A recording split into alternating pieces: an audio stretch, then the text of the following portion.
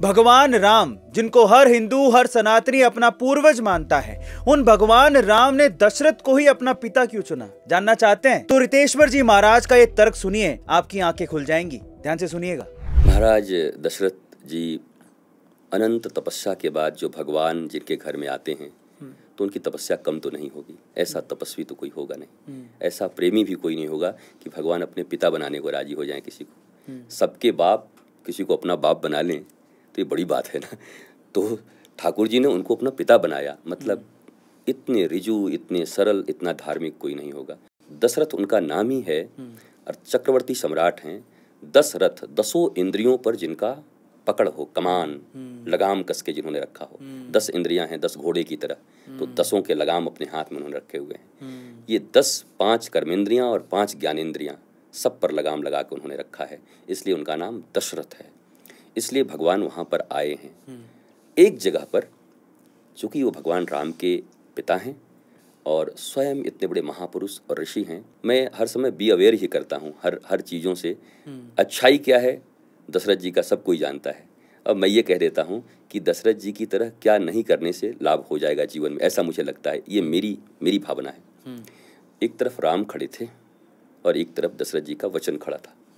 कैकेयी को वचन दिया था, पर दशरथ जी को ये पता चल गया कि कैकेयी अब छिन्न भिन्न कर देगी इस अयोध्या को। और कैकेयी मंथरा के अंडर में है। मंथरा कहते हैं मंथर बुद्धि, जो सिर्फ अपने लिए सोचता है। मंथरा, जिसकी बुद्धि स्थिर हो गई है केवल अपने शरीर पर। असुसु रमन्ते इति असुर, अर्थात जो केवल अपने चमड़े कपड़े के विषय में सोचते रहता है उसको असुर बोलते हैं। तो असुर शब्द और कोई नहीं है, सींग नहीं निकलता, पूंछ नहीं निकलता। असुर जो दिन रात अपने लिए कुछ भी कर दे। मैंने एक फिल्म देखी थी, दिलीप कुमार की थी, बाद में कोई साउथ का ही कोई खलनायक था। पहले देखता था मैं फिल्म कि देखो फिल्मों से क्यों इतने प्रेरित होते हैं नौजवान, और उन फिल्मों से ही कुछ निकाल करके मैं प्रवचन कर दिया करता था, तो मुझसे कनेक्ट हो जाया करते थे। मैंने एक एक गाने पर 36 घंटे बोले हैं। बॉलीवुड के एक एक गाने पर 36 घंटा बोला मैंने। उस गाने को वेद से जोड़ा, शास्त्रों से जोड़ा, शब्दों से जोड़ा।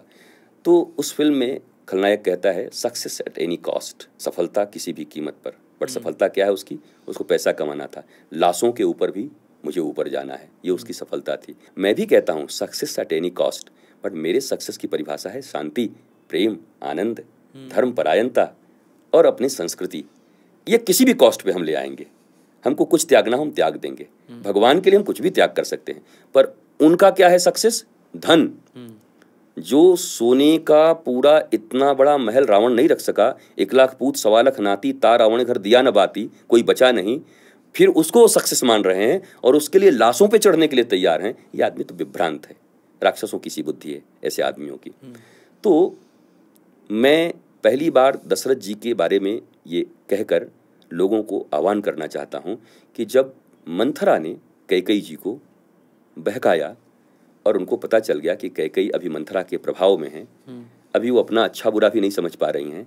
मैं ही खत्म हो जाऊंगा, ये विधवा हो जाएंगी, इनका राम जी चले जाएंगे छोड़ करके अयोध्या, और अयोध्या राम के बिना कैसी अयोध्या। भरत आएंगे तो इनको भी गाली देंगे, इनको धिक्कारेंगे, ये विधवा भी हो जाएंगी, बेटा भी इनसे दूर हो जाएगा, दुनिया भी इनको थू थू करेगा। उसके बाद भी ये समझ नहीं पा रही हैं। तो मैं तो पति हूँ, स्वामी हूँ, मेरा काम है इनके धर्म की रक्षा करना, इनके जीवन की रक्षा करना। ये काम मैं नहीं करूँगा, मैं राम के साथ खड़ा रहूँगा। कह के ये बात नहीं मानूंगा। रहे 3 दिन और, रहना है तो कोप भवन में, 5 दिन के बाद निकल के बाहर आएंगी। 3 दिन थी, 3 दिन और रह जाती, रूठना मनाना चलता रहता, मान ही जाती एक न एक दिन। कह देते नहीं, मैंने कोई वचन नहीं दिया, मैंने वचन राम को दिया है, क्योंकि राम परमात्मा है। और मुझे ऐसा समझ में आता है, दुनिया को दिया हुआ वचन 100 बार तोड़ दो, पर ईश्वर, धर्म, गुरु और माता पिता, अगर माता पिता धर्म के पथ पर हैं तब पूर्णतः, नहीं तो पिता तो प्रहलाद जी का हिरण्यकश्यपु भी था। तो हिरण्यकश्यपु का वचन थोड़ी मानेंगे, उनकी रक्षा थोड़ी करेंगे।